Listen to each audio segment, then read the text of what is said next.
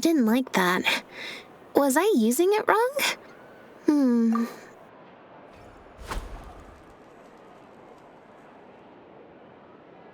So, we're looking for Bonnie's owner?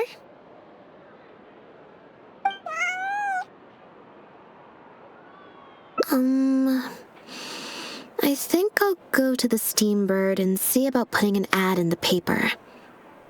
You want to come along? I think Bonnie wants you to come with.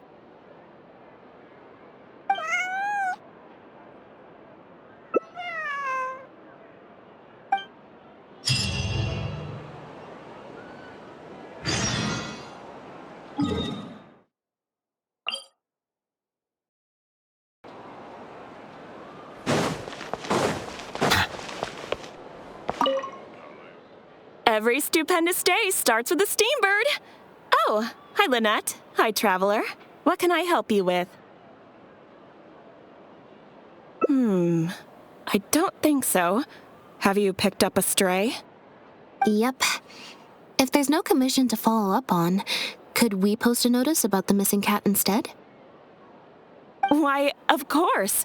What a kind thing to do. Just fill out the form.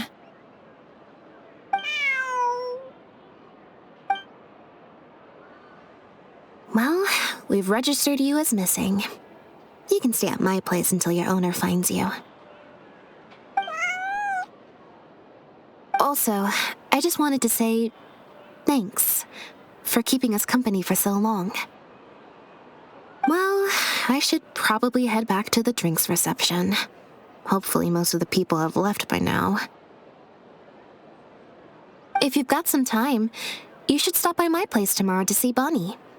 There's a nice cup of tea in it for you. All right, see you then. Hello.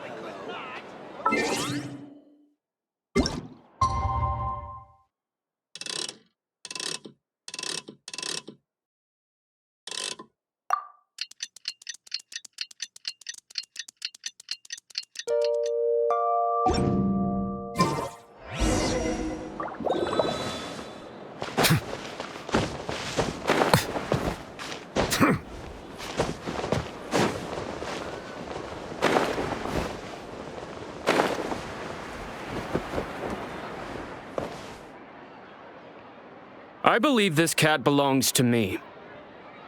I already told you, this isn't your cat. Just take a breather, you two. Oh, you're here.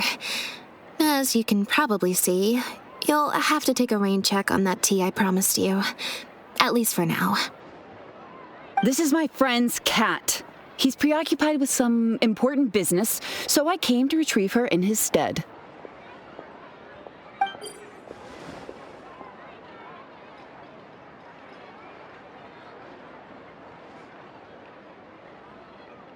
No. It's far more likely this cat escaped from the Humane Society.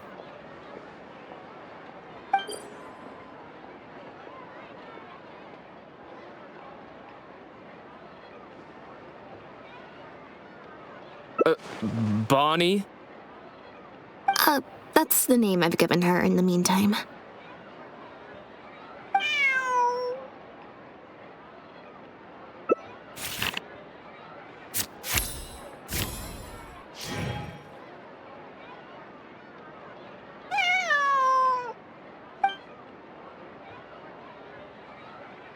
Well, this complicates things. I told you before. This is my friend's cat. It's normal for her not to trust me. Listen, I'm the director of the Humane Society, okay? We've got so many strays, dogs, cats, you name it. I'm not even the one feeding them most of the time. You can hardly expect the cat to recognize me. She just looked somewhat familiar, so I came to check, just in case. If she turns out to be one of ours, I'll take her back. Simple as that. Even if that's not the case, the Humane Society could still take her in, if no one else comes to claim her, that is. We're an organization that specializes in rescuing and sheltering stray animals. We've been in business for several decades now. I'm Bernard, the current director. The Humane Society. Huh. The name sounds familiar. I remember hearing good things. You're the one in the Quartier Lyonnais? Yes, that's the one. Anyway, if it's not too much trouble, could I possibly take a closer look at the cat? If it turns out I really am mistaken, I suppose that means the cat belongs to this lady here. She would be the only remaining option after all. It belongs to my friend. Go on, Bonnie.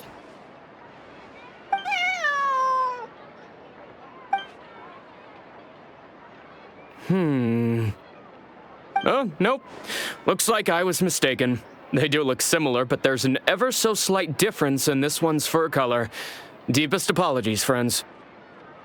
Well, I suppose this means I still have a missing cat to search for. Apologies again for the confusion.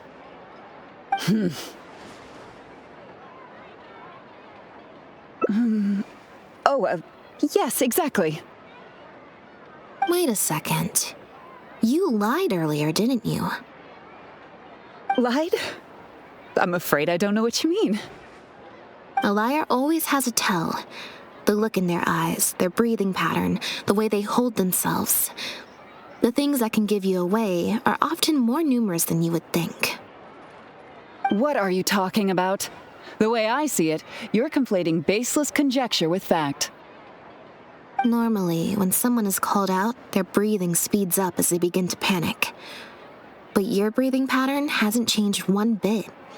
In fact, it's been strangely calm and measured this entire time. It stands to reason, then, that your agitated behavior earlier was all an act. If you're a bad guy, I'm sure you'll take off running the first chance you get. If you're a good guy, the most likely explanation is that you're a member of the Guards, or some similar organization. And you're basing this off of? Intuition. Nothing more. Intuition. Well, I have to hand it to you, Lynette. You're right. I'm a member of the Guards. The name's Elodie. I'm currently investigating a cross-border smuggling case. This cat here, Bonnie was her name? Well, her owner is one of the prime suspects of our investigation. A couple of days ago, our suspect got wind that we were on his tail and fled. That's most likely how he got separated from the cat. I just so happened to stumble upon your notice in the Steambird, so I decided to see if he'd come back for her. But it looks like I overestimated him. The impact of this case has been huge. The Marechaussee Phantom, the Guards, and the Special Patrol have all launched investigations. If there was even the slightest chance that he would show himself, I had to follow up on the lead. A new kind of illegal drug, imitation synth. We confiscated all the synth on the market, but addiction isn't something that goes away overnight. Even without substances on the market, people are still looking for a way to get their next fix. And criminals are all too eager to capitalize on that addiction. That was the impetus for imitation synth. Needless to say, a small-scale market opened up very quickly. After the original synth debacle, we put several measures into place to prevent similar incidents from occurring. The perpetrators got smart, though, and shifted their sales overseas before those measures could kick in. That's when the imitation synth smuggling began. We only recently got word of the presence of imitation synth overseas. We managed to track down evidence of some early transactions. What we were able to find out, however, hasn't proven that useful given the amount of time that has passed. The Marechaussee Phantom launched an investigation to track down every person in Fontaine capable of producing a drug like that. That's how we learned about Bonnie's owner. He's a researcher at the Fontaine Research Institute. His name is Pierre. Pierre Lefebvre, to be exact. Lefebvre.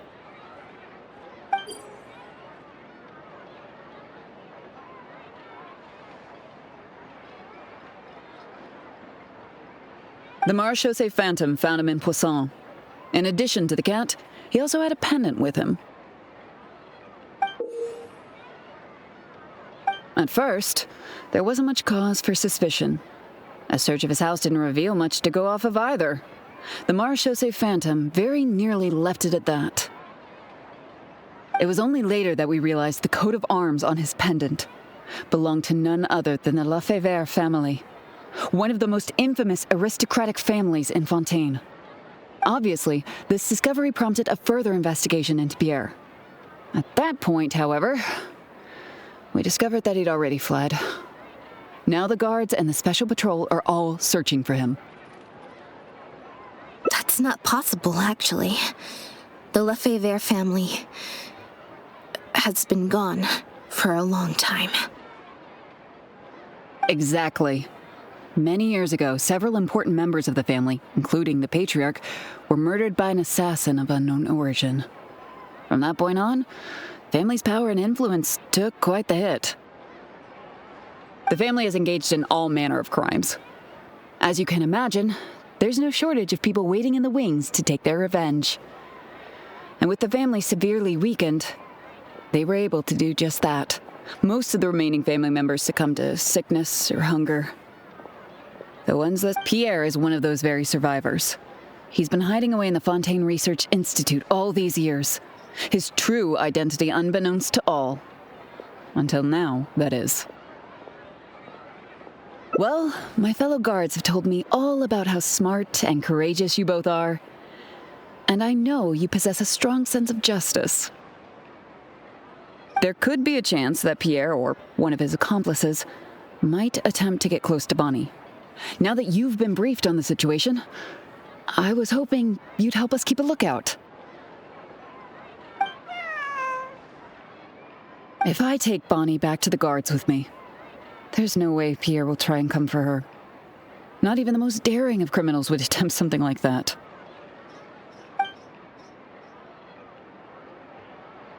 I have to admit, I'm not holding out too much hope that Pierre will come back for her. But if there's even the slightest chance, then it's worth a shot. Well, I've got some other leads to follow up on. If Pierre does appear, please contact me right away.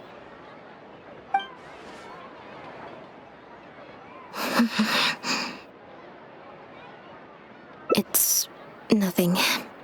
I'm fine. It's just the head of the Lefebvre family. He was the eminent person who kidnapped me all those years ago. It was at a dinner party. Someone tricked me into boarding the Lefebvre family carriage. However, but before anything worse could happen, Father intervened.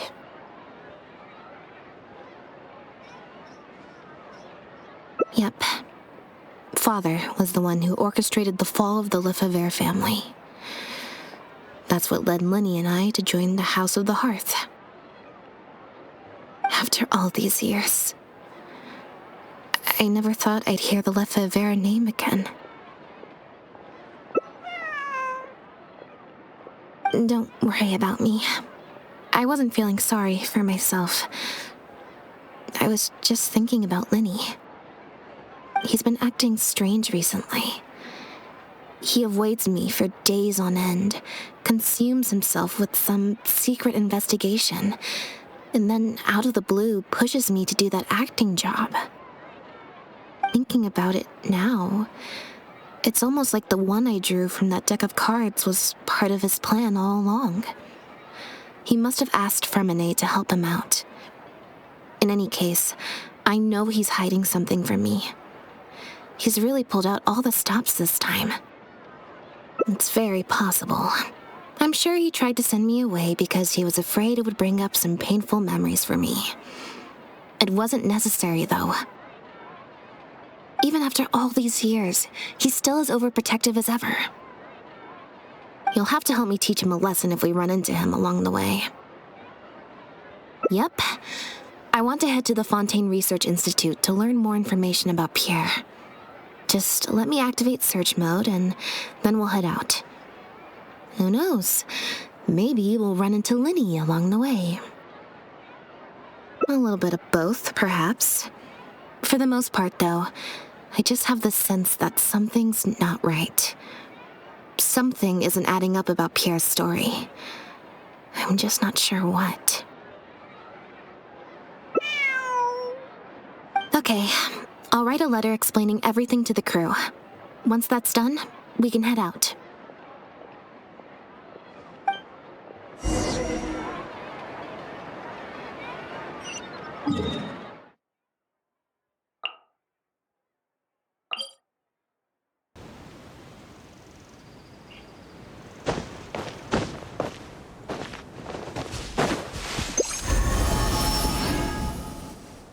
Lynette, you're, not at rehearsal? You can drop the act, brother. In fact, I don't think either of us will have a need for acting anytime soon. You should know better than to try and keep something from me. You've never been able to do that, even when we were kids. And that's why I tried to distract you with the masked mime show. But I guess you're just too good. Care to introduce us to your new assistant? This is Officer Shovras, captain of the Special Security and Surveillance Patrol. You may have met her already. Nice to see you. I should clarify something. Mr. Lyney's here at my invitation, not the other way around. To borrow your expression, Miss Lynette, I suppose that would make him my assistant more than anything. We've brought on Mr. Lyney as a consultant in the past. He was instrumental in helping us crack a case involving a perpetrator who used magic tricks to commit crimes. I was hoping he'd be able to provide some valuable insight this time around as well. So you've heard everything then? That's exactly why we're here. There's always been questions surrounding the fall of the Lefebvre family. Some people even believe the House of the Hearth was involved. Whoever was behind it all was extremely cautious. They didn't leave a shred of evidence. This very fact, however, leads me to believe it was indeed the work of that harbinger. I took a look at the entrance and exit records of all the carriages that night. Let's just say it wasn't hard to deduce that there's ill will between you two. Don't worry, I don't have any evidence to that effect, and I certainly don't plan on going to bat for such a despicable family. Plus, you were victims back then more than anything. I sought Mr. Lyney's help with the smuggling case. Nothing more. The way I look at it, it's a collaboration between us as people, not the organizations we represent. Besides, by working together, we can expose the truth as quickly as possible. You can hardly say that's at odds with the justice my organization strives for. Not at all. I was planning to invite you from the very beginning, Miss Lynette. It's just that my assistant here raised some objections. Lyney, I'm not the same person I was back then. That little girl who did nothing but cower in the corner in fear, she doesn't need saving anymore.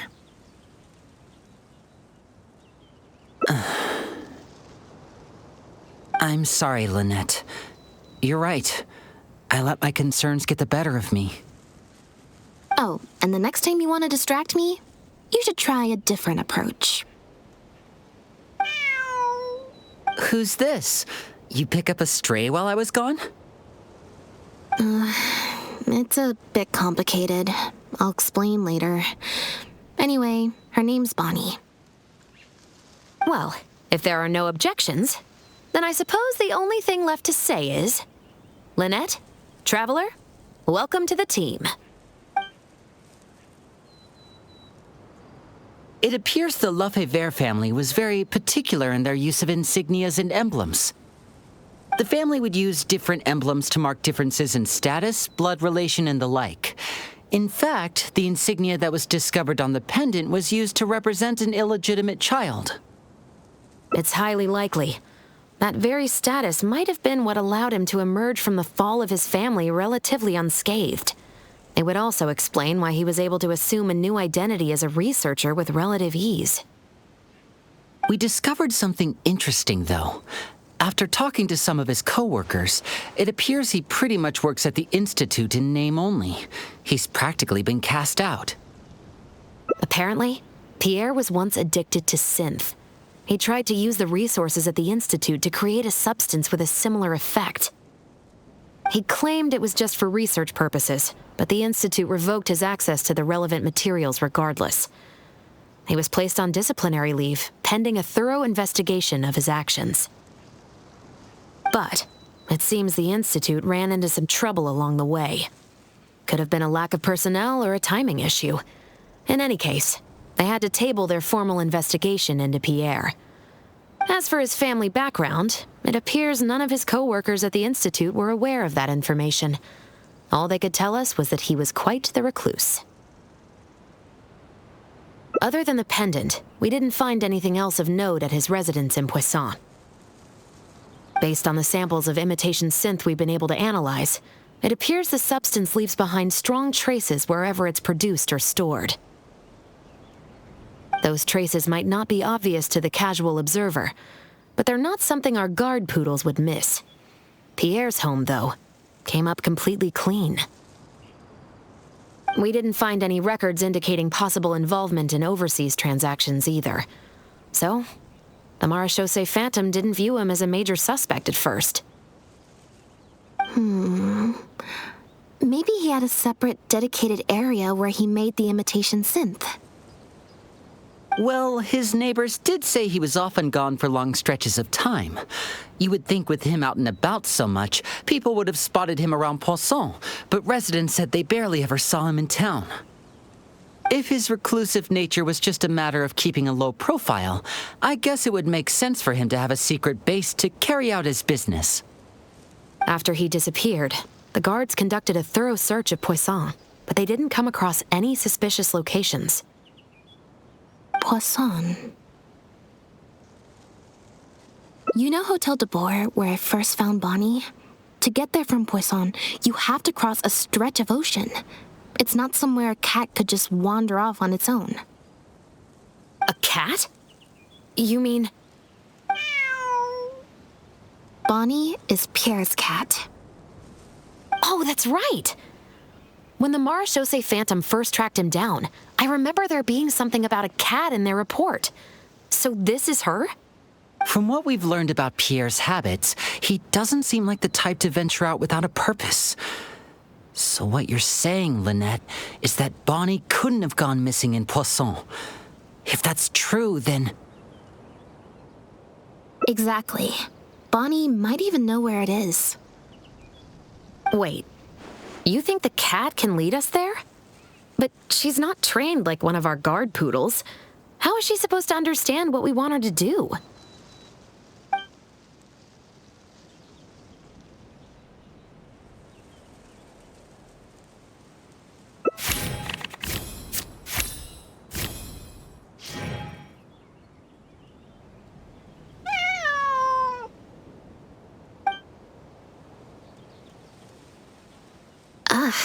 Guess she's a little skittish around strangers.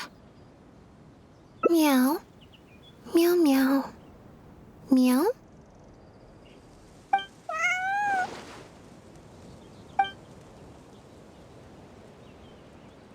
Near the coast, the beach, and beneath the cliffs. The place we're looking for is most likely north of the court of Fontaine. Well, I've certainly never taken a witness statement like this before. Well, if it works out, maybe it's something worth getting used to. Cats and humans are actually pretty alike. When it comes to communication, most of what we want to convey can be accomplished through body language alone. But humans tend to rely too much on speech to ever take advantage of that fact. Of course, body language has its limitations. You're not going to be able to get across anything too complicated. The important thing is that we now have a lead. Let's try and find a place that matches the clues Bonnie gave us.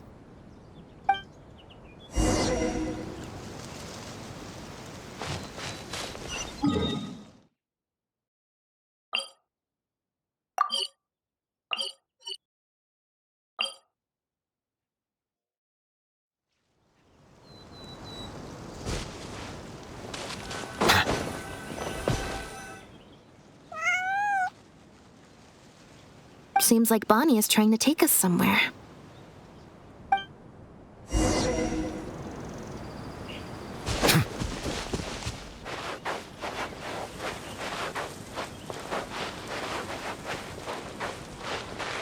Gardamex ahead. Look out! Forever. Right now, right here. Silence!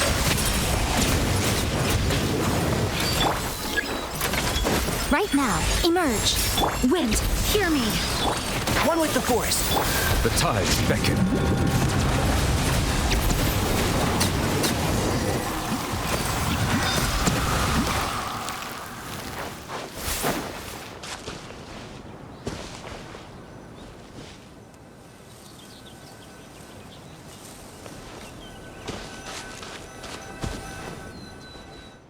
Wow, Lynette, you found this place so easily. If I thought there was any chance you'd say yes, I'd recruit you into the Special Patrol here and now. No questions asked. Sounds familiar. I pretty much receive letters daily from people trying to poach her from me. Let's just focus on our search. There's a lot to investigate.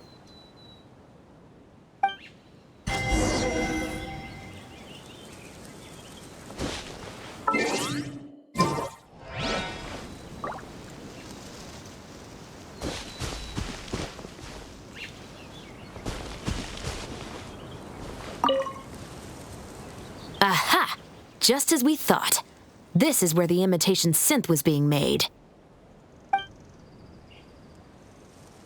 Looks like he's got more than just imitation synths stashed around here. In addition to the raw materials needed to synthesize the substance itself, there's a large quantity of cleaning agents and a few drugs I haven't been able to identify. These cleaning agents are likely used to dispel traces of the substance, like its smell. The Special Patrol did some digging into imitation synth. Our records indicate that it's very difficult for ordinary people to detect traces left behind by the stuff. I'm sure that was the case for Pierre as well. It must have taken a considerable amount of time and skill to ensure all those traces get washed away. But what are these other drugs for?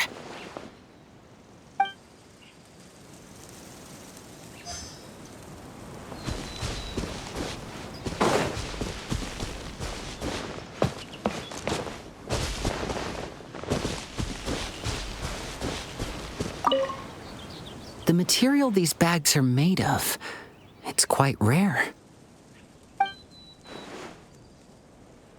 It's the very same, actually. Romaritime flower fiber. But there's something special about the composition of these bags.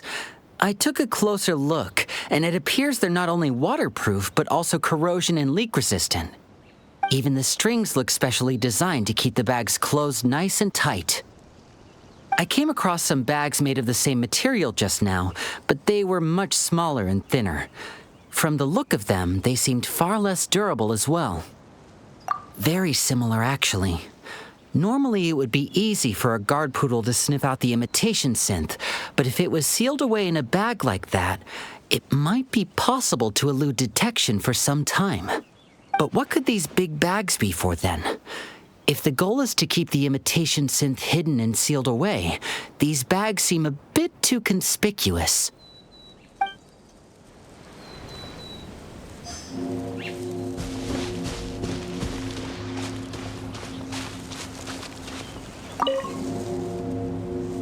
When the Marechaussee Phantom searched Pierre's house, there was no sign of these barrels, right? You're right. That doesn't seem like his way of doing things. How did he get them here, then?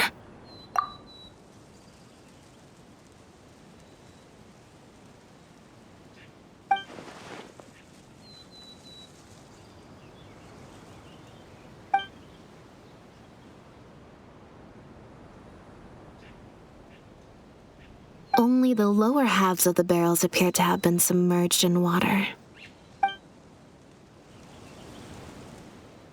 Based on the various ingredients we've found, this appears to be where Pierre was cooking up his imitation synth. It looks like he used a special cleaning agent to get rid of any residual traces of the substance on his person before he left. That's how he was able to get past the guard poodles. So then he transferred the imitation synth into small sealed bags and took it somewhere else for the drop-off. No. I don't believe our suspect is the kind of person who'd go around carrying incriminating evidence with him. That would potentially create too many eyewitnesses. The cleaning agent and the sealed bags might get past the guard poodles, but if a member of the public or even a guard on patrol happened to see him during the drop-off, a quick search would reveal everything. That's still a very risky operation. The barrels we found were wet around the base, but the top half was dry, as if they'd been standing upright in the water.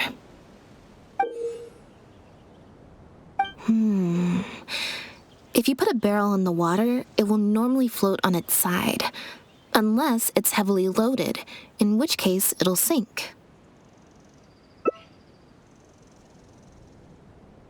Yes. With flotation rings around the body of the barrels, they'd stay upright in the water, and then he could afford to load them more fully. You think he used floating barrels? I suppose if he acted at night, when there are very few other boats around and visibility is low, it's a valid theory. We can't rule it out. But then wouldn't the barrels be carried off by the waves or the currents? How would the person doing the pickup know where to look? Traveler, can you come take a dip in the sea with me? I have a feeling that somewhere down there, we might find some rope. If a rope can be used to keep a pet from running away, then why not a barrel?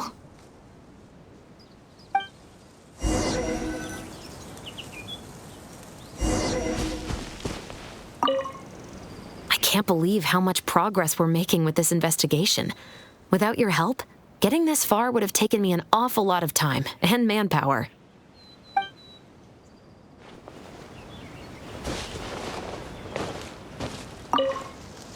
It's rare to see Lynette in serious mode.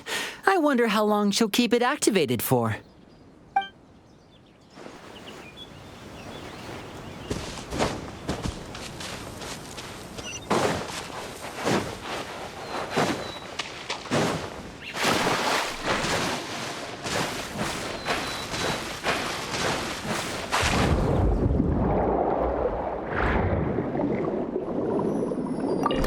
Of a small boat? This isn't the place.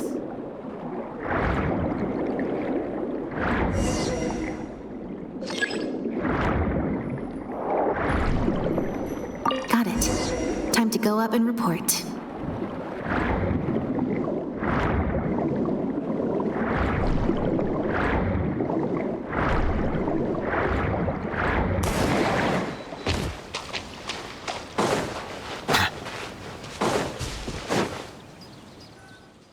As expected, we found a few pieces of rope and some anchoring stones underwater. If you attach them to a floating barrel, it would look like this. With this anchoring system, it would be possible to use floating barrels for the drop-off. You would just need to drop them in the water at the agreed-upon location. We also came across the wreckage of a small boat.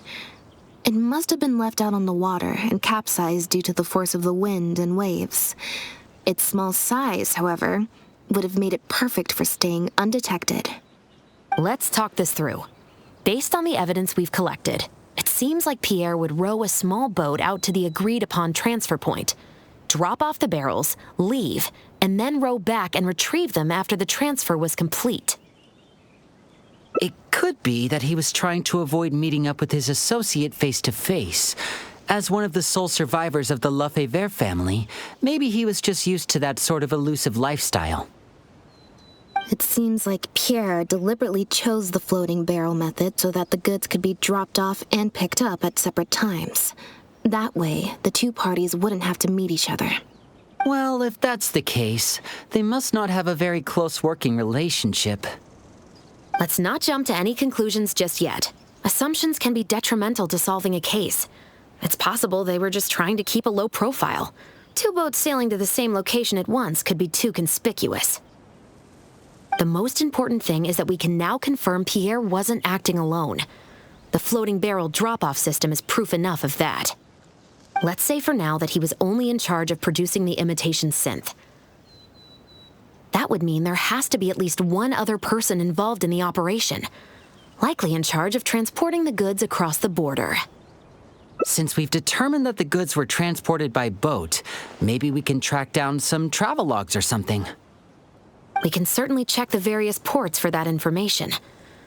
It's possible, however, that Pierre's associate also used a small boat for the transport, and docked along the shore rather than at a large port. If that's the case, it's unlikely there would be any record left behind. Absolutely. Before Pierre disappeared, we made sure to investigate all sorts of outward-bound vessels. We also had port authorities keep a lookout for anything suspicious. Unfortunately, we were never able to find out how they managed to get the imitation synth across the border. You're right. Whatever vessel was used for the pickup, the person responsible for smuggling the substance out of Fontaine would have had to use a larger vessel for the actual transport. That's the only way they would be able to smuggle on a large enough scale to make a profit. They must have found a way to disguise the imitation synth to clear port inspections.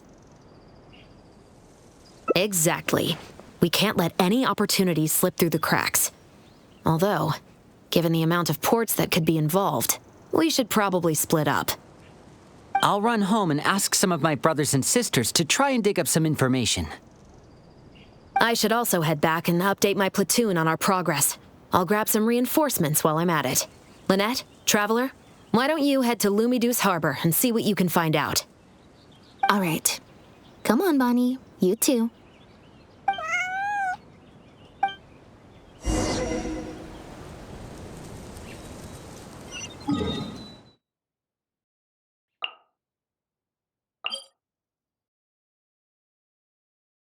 Oh, Lynette, Traveler. And Bonnie, too. What brings you all here? Did something happen?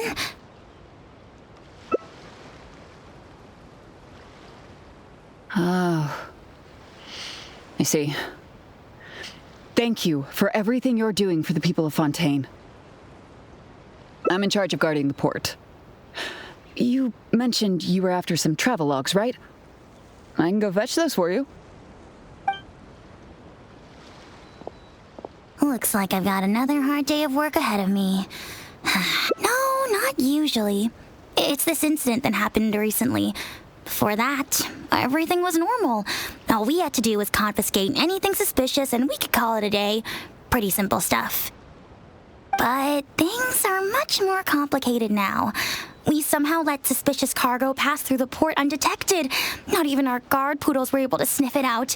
Even worse, we still don't know how the perpetrator was able to conceal the goods so well. By suspicious cargo, do you mean imitation synth? Yep. However, prohibited substances are just one example. We confiscate all sorts of contraband during the course of our inspections. Or at least, we're supposed to. So what happens to the goods you confiscate? Oh, we keep them in a storage locker. If they turn out to be something particularly dubious, we'll turn them over to the Maison Orderly. If the goods are only slightly suspicious but could otherwise be harmless, like raw materials that could potentially be used to create contraband, we return them to the ship they were confiscated from, instead of letting them pass through the port. Sorry for the wait. These are the travel logs for all the recent activity at the port. Oh, you brought Gerard with you. Actually, he followed me here himself. It's like he smells something on me. Huh. I wonder why Gerard is reacting to you two so strongly. Huh? We were so careful not to touch it, but we still ended up with traces on us. If it leaves a residue so easily, I just don't understand how the culprit was able to disguise the goods at all. Why don't you have a look at the travel logs first? All ships coming in and out of the port are recorded here, except for the ones the port authorities ride to and from work.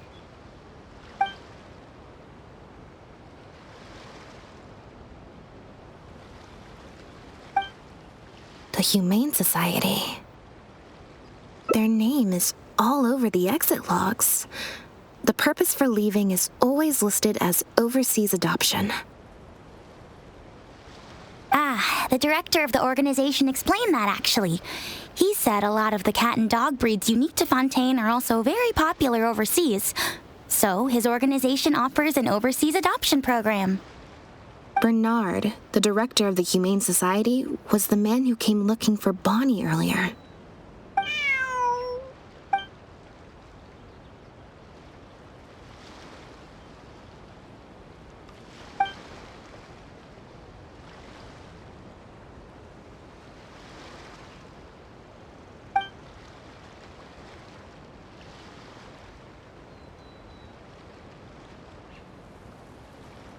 Have you figured it out too, Traveler?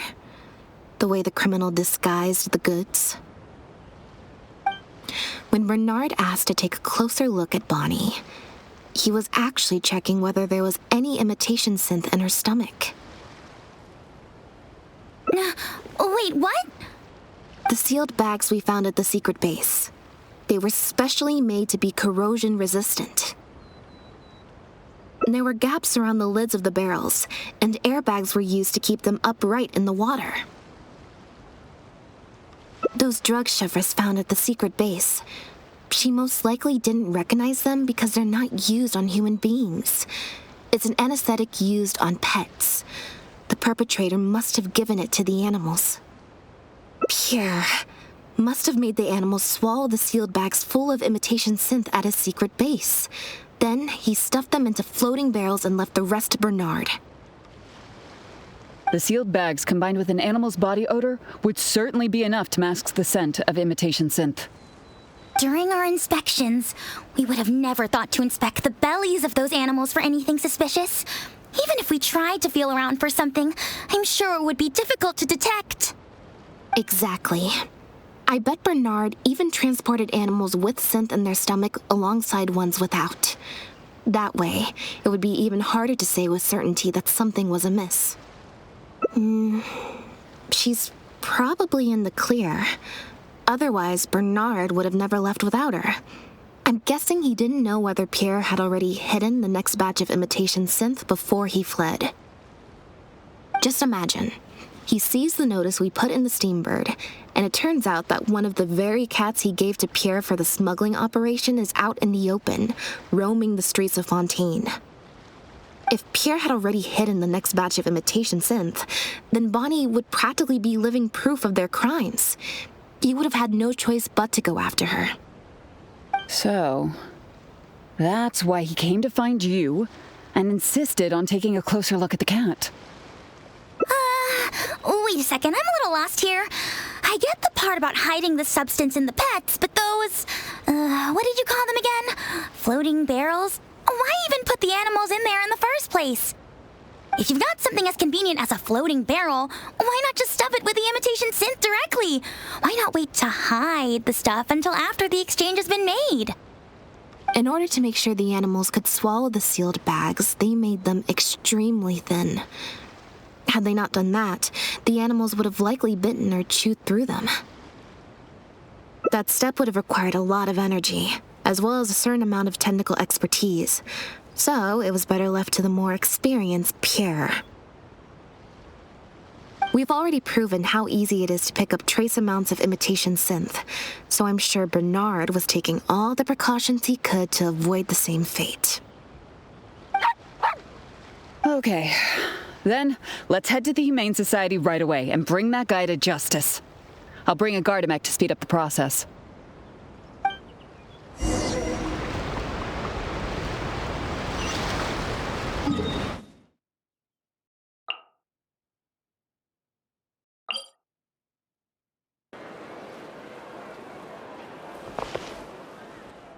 The headquarters of the Humane Society should be somewhere around here. Bernard could show up any moment now. Oh, you're the people from earlier. Wait, you're from the guards?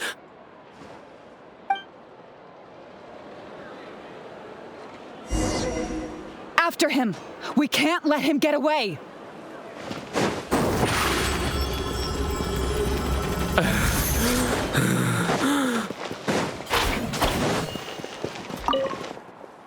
Give it up, Bernard. Mercy. Have mercy. I'll talk. I'll tell you everything I know. The Humane Society has done so much good over the years, and yet you have committed such an atrocious deed in its name. Look, I didn't have a choice, okay? My father cared about those blasted animals so much, he didn't bother to take care of his human wife and son at all. While those animals were showered with love, I lived worse than a dog. No one asked. Tell me, how did you first get to know Pierre? Well, after I took over the Humane Society, it gradually became harder and harder to maintain its operations. Until one day, someone suddenly passed me a letter. It said that I could stand to get a large sum of money as long as I helped them to transport some animals abroad. It was only after a few such transports that I finally understood what I was really transporting. But then, Pierre wrote to me, saying that we were already partners in crime and that I better keep cooperating with him if I didn't want to be reported to the guards. I would order wooden barrels and flotation devices according to his instructions, and then load the sleeping animals onto a boat. Once I sailed to the location he provided, I would dump everything together into the sea. And a few days after that, I'd come by again in my boat and pick up the animals sleeping in the barrels. Once I had received enough of them, I'd bring them to the harbor to be adopted abroad. That guy, Pierre, he was running the entire show. He set up all the meeting times and found all the foreign adopters. Oh, and he even supplied all of the goods, too. I just did the transport. He was the one who planned out and executed everything else. Look, I don't know, okay? I've never, ever met him in person. We've only ever communicated through letters. And when did he send his final letter to you? Just last night. He said that the Marechaussee Phantom is now after him, so he's planning to go into hiding for some time. He didn't mention where he's thinking about going, though, but he did tell me to look out for the guards. It's been a few days since Pierre's last appearance. I'd wager that he sent that letter after he found his hiding spot. I burned them. It was on his orders. I had to burn every letter after reading them. I wasn't even allowed to share them with the rest of the society employees. Sure sounds like you're trying to use the lack of witnesses or evidence to pin the blame on Pierre. No, I swear, this time I'm only telling you the truth. Well, we can check the truth of your statements at the Opera House. I hope you know what'll be coming for you if I were to find any discrepancy between the evidence and the testimony you just gave. I know. I swear I was just telling the truth. My thanks to you both. Had it not been for you, I really don't know what would have happened to this case. Bonnie helped, too. That's true. It was all thanks to her that Bernard was finally exposed.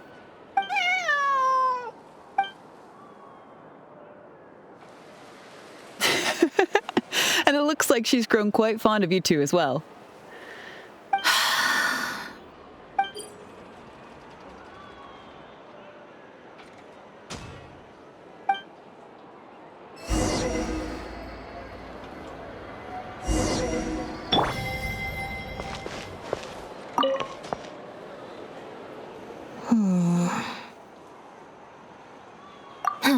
It was that obvious, huh? Well, even though it didn't feel like Bernard was lying, after talking to him, I'm getting an even stronger sense that something's not quite right. We investigated so quickly that perhaps we've missed a thing or two along the way. Let me activate deduction mode and consider things again from the top to see if we can find anything new. Is there still anything unresolved or strange that we should try to consider?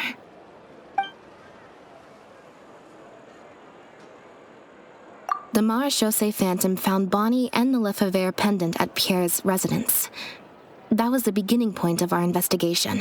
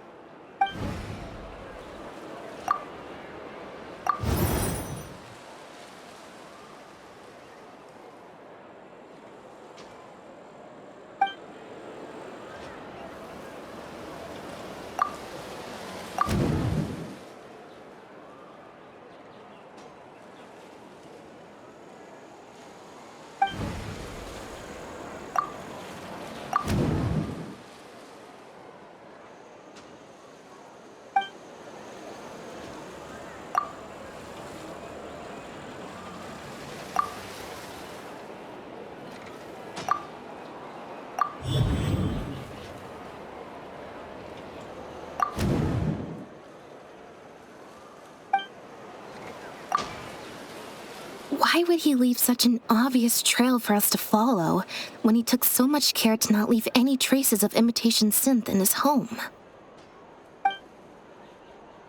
Bernard claims to have received a letter last night from Pierre. In the letter, Pierre stated that he had gone into hiding. Sir?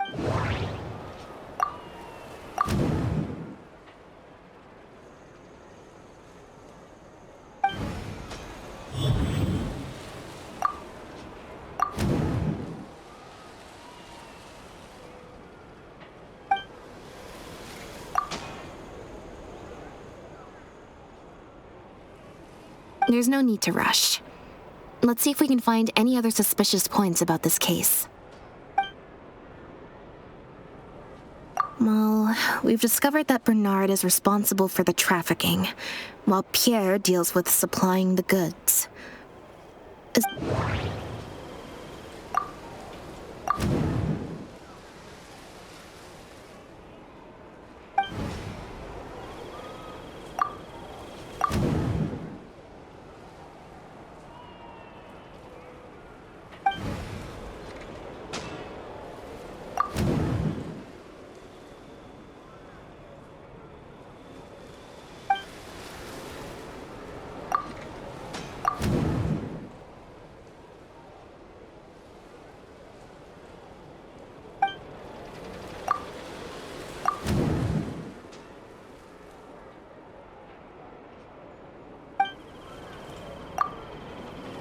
Yeah, according to Bernard, Pierre also supplied all of the goods. But if the Marechaussee Phantom's records are correct, Pierre should have lost all access to the materials required to create the imitation synth. And the Institute has also not reported any theft of their stocks.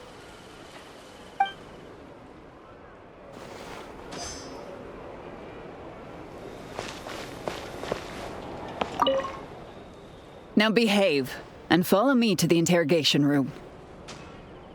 Ow! That hurt. Ow!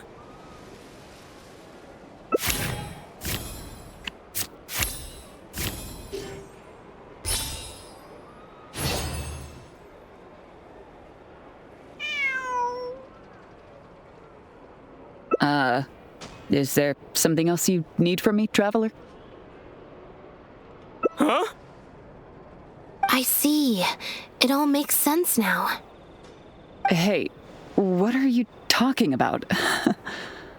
Look, even our confessed criminal here has no idea what you're saying. Because he has been kept in the dark all along. And I assume it's the same with Pierre.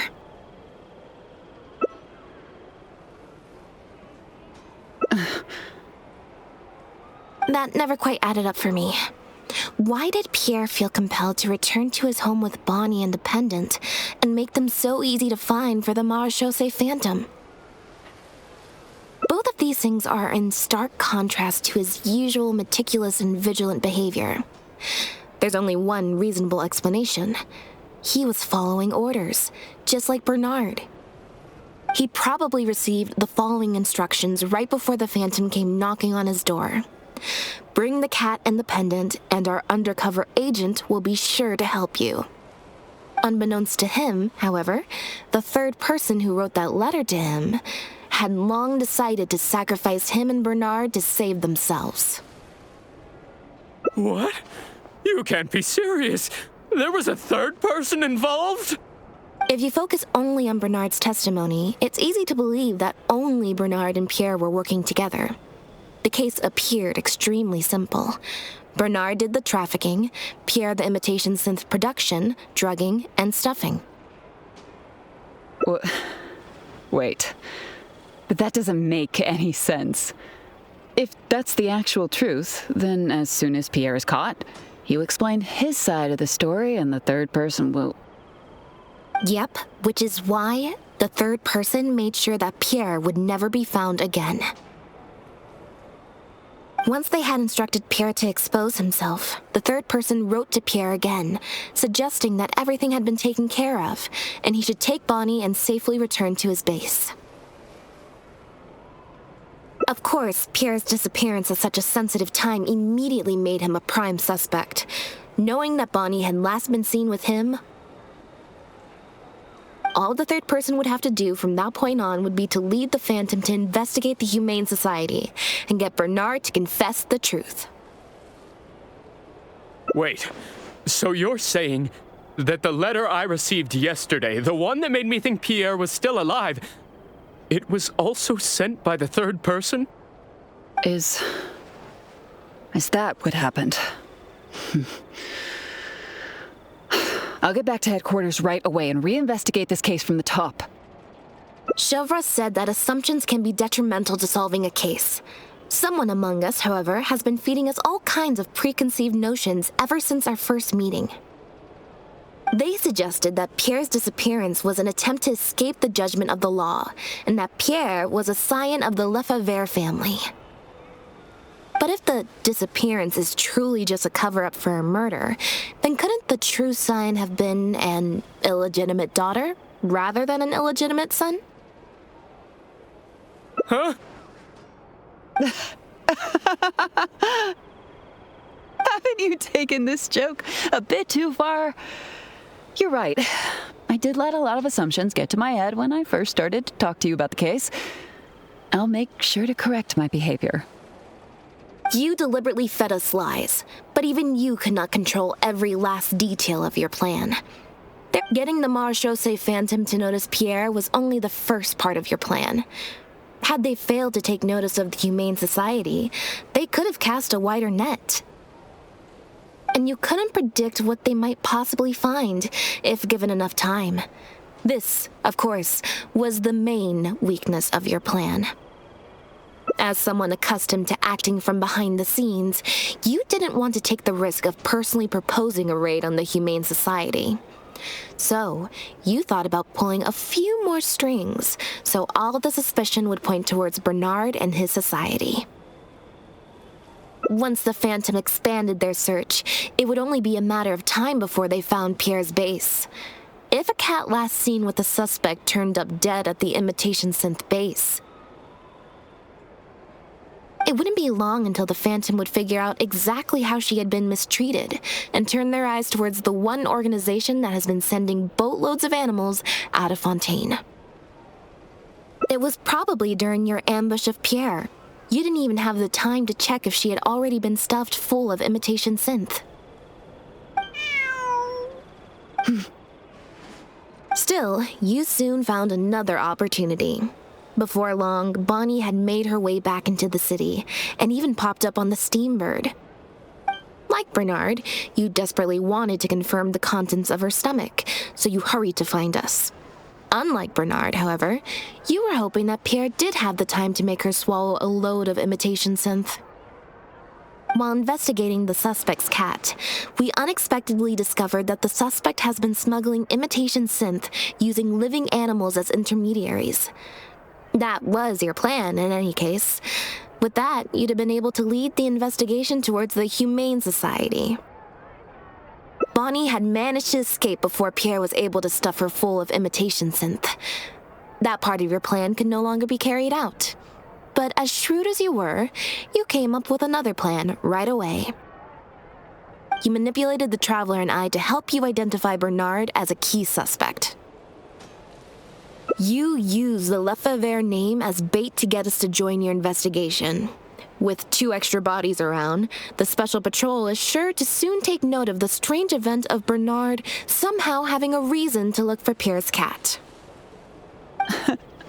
So, what you're saying is, I went to all that trouble just for the chance that you might put forth the suggestion that would lead you down the wrong path. Of course, you did far more than that. Just now at Lumidu's Harbor, were you not the person who highlighted the suspicious activities of the Society? Oh. You even highlighted the Society's activities during your compilation of the logs, so they'd be immediately visible to anyone examining the records. Moreover, the logs contained no records of the Port Authority's activities. In other words, your activities. And what are you trying to suggest with that? I am insinuating that you had plenty of opportunities to transfer the raw materials for imitation synth from the harbor to a boat, and then sail over to the meeting place full of floating barrels. And that's how neither the trafficker nor the manufacturer knew there was a third person who supplied the raw materials and surreptitiously operated between them. Pierre manufactured imitation synth using the raw materials you provided, stuffed the animals, and placed the animals back into the barrels. Having received the green light from you as Pierre, Bernard then retrieved his animals and shipped them out of Fontaine once he had received enough for a full batch. This is the truth behind your smuggling ring. I can't believe it. I never put two and two together. You've sure got an extremely lively imagination. So what do you think she's going to say next? Ever thought about a career in writing crime novels, huh? It appears that it's quite easy to predict what you'll think or say. Then if we apply that to this case, we can also think of a few places to look for incriminating evidence. You know very well that this case will not end until Pierre is found, so you will have him commit suicide out of fear and shame to end the investigation for good. That way, you can also pin the blame for the overseas smuggling activities, the theft of the harbor's confiscated raw materials, and even the Lefebvre name on him. But you still want it to appear as if he had sent that last letter to Bernard, so you have to make sure he cannot be found until after Bernard has confessed to the authorities. To do that, you either will hide his body until you've found an appropriate time to set up a fake suicide scene, or you'll dump it someplace where it'll be hard to determine the exact time of death. Submerged in water, for instance. The location would ideally allow you to keep the body hidden for some time while also letting you keep an eye on it. There are only so many options to hide a person's time of death, after all. As long as the Phantom investigates each of the possibilities in turn, they'll surely find Pierre's remains. Especially since, as the prime suspect who will now be taken into custody, you will no longer have the time to move him or set up a fake suicide scene to cover up the murder. How absurd.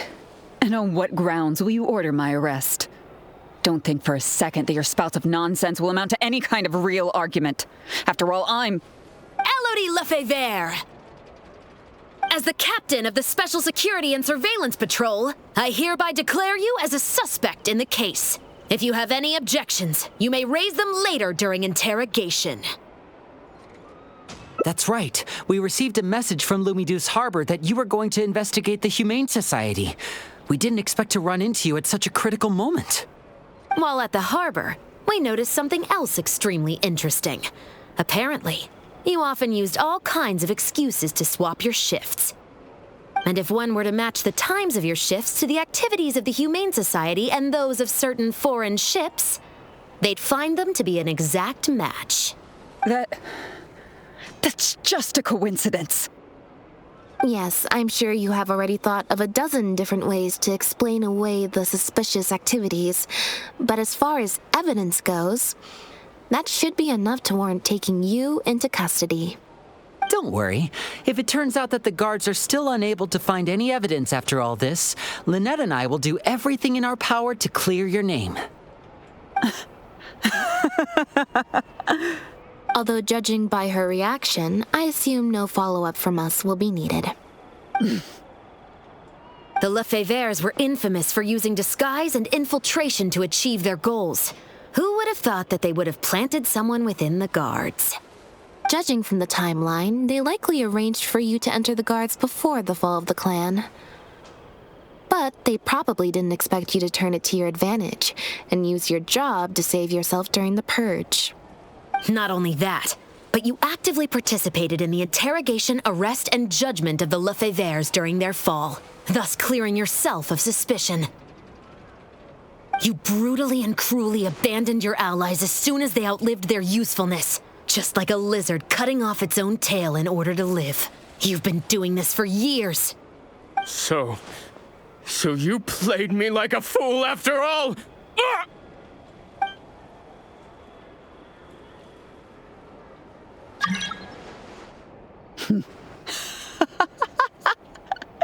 What was that word you used? Ally? You think that someone as foolish as him is worthy to call himself my ally? They were worthless scum, all of them. Not just Bernard and Pierre, but those Lefevres too. They always just saw me as a tool. I lost all my chances of a normal life just because I was born into their lot. Not only that, but because they wanted me to become an undercover agent, they stripped me of my name, too. I had to live in constant fear of them while they were alive. And even once they were gone, I had to continue to bury my heritage and my name. Do you know anything about what I've been through over all these years? My life as the last Lefevre?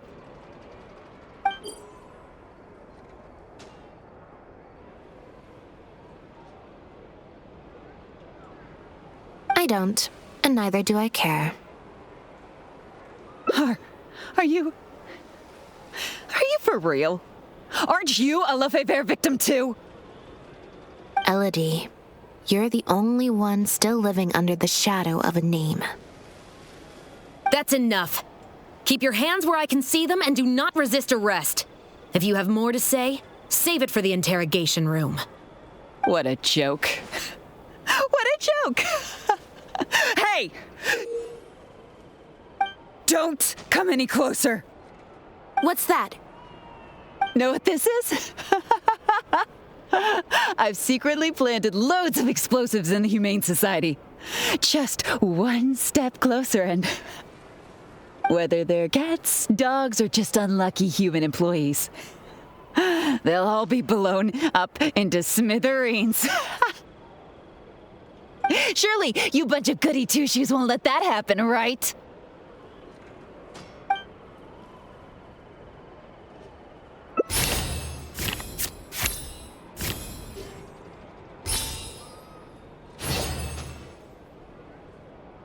I can understand how you feel.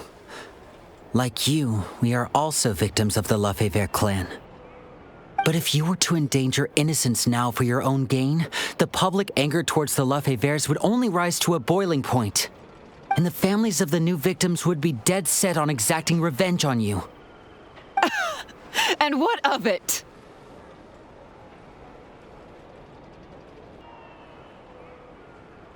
I'll be your hostage, Elodie. What? Thanks for your concern, Traveler. But we need to end all of the hate and violence arising from this clan once and for all. I'll raise my hands and come over slowly. I promise that I'm completely unarmed. I'm watching you. Don't think for a second you can pull a fast one on me. That's right. Just keep your eyes on me. Don't look away.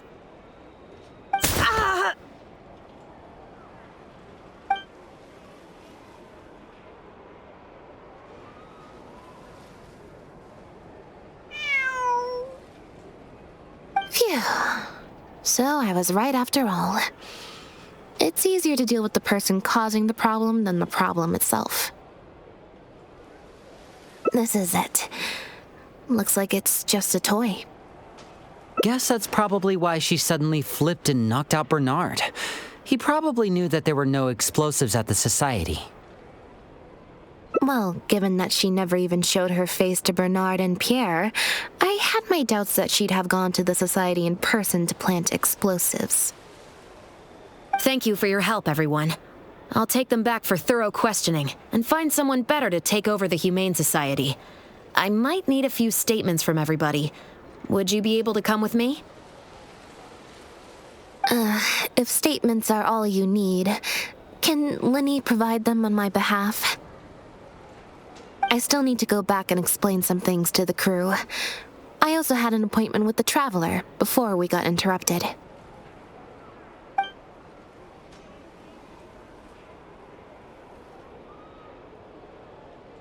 Ah, so you do remember. Yes, I invited you to come over to our place. Once I'm done talking with the troupe, I'll make a nice cup of tea and bring Bonnie to wait for you outside of my door.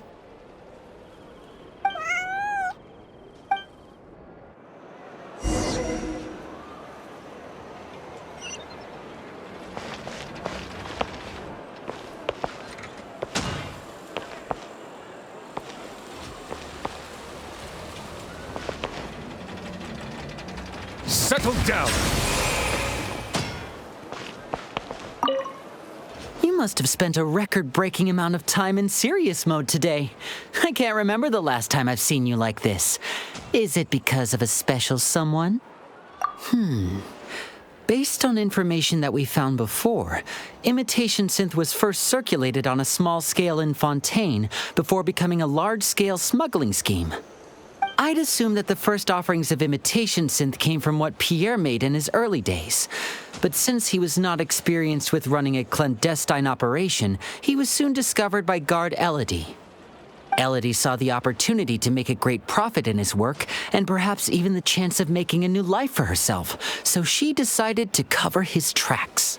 She started writing to him in Bernard's name, using what evidence she had compiled and the promise of enormous profits to blackmail him into cooperating with her.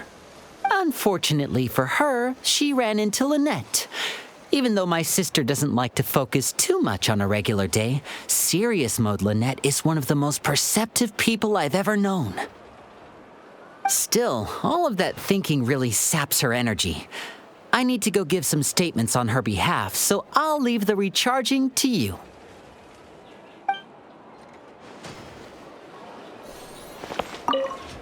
You can leave the rest of this to me. The other guards will be joining me shortly. Don't worry, they won't have another chance to escape.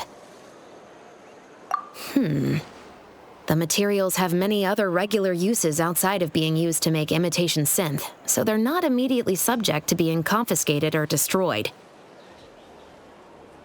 The harbor would usually just seize them for some time while the customs paperwork is filled out and approved.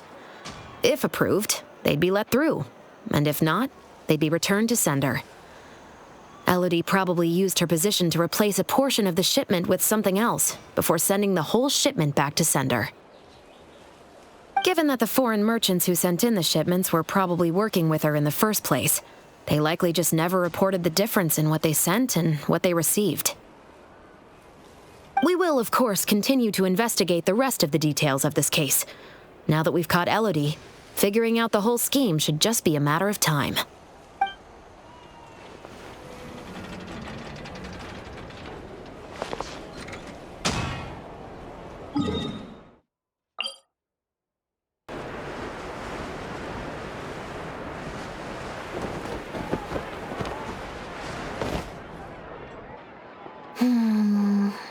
Black tea and a cute kitty. Truly the best combo for standby mode. Want some? I hope you'll like it. Not at all. Information is indeed very important, but if you were to try to collect every piece of information you come across, your efficiency would actually decrease. Plus, if you just think about it, what sounds more fun? Writing a statement or enjoying a tea party? Great answer. That'd be my pick too. Had we not run into that case, we could have spent the entire day like this. But now I'm running low on both time and energy. You're right. I can sense it. I'm recharging very quickly at the moment. Something about her rubbed me the wrong way since the very beginning. But to be more precise, it was probably around the time when I saw Bonnie try to get away from her. Elodie tried to get close, but Bonnie deliberately dodged her. Maybe Bonnie had tried to evade her before at Pierre's base. Or perhaps Bonnie just instinctively knew that she wasn't a good person. Not everyone who likes cats is a good person. But if cats like you, you're probably alright. Humans tend to overthink things, but cats rely on their instincts, and they're pretty sharp. I mean, just look at Bonnie. She took a liking to you the moment you met.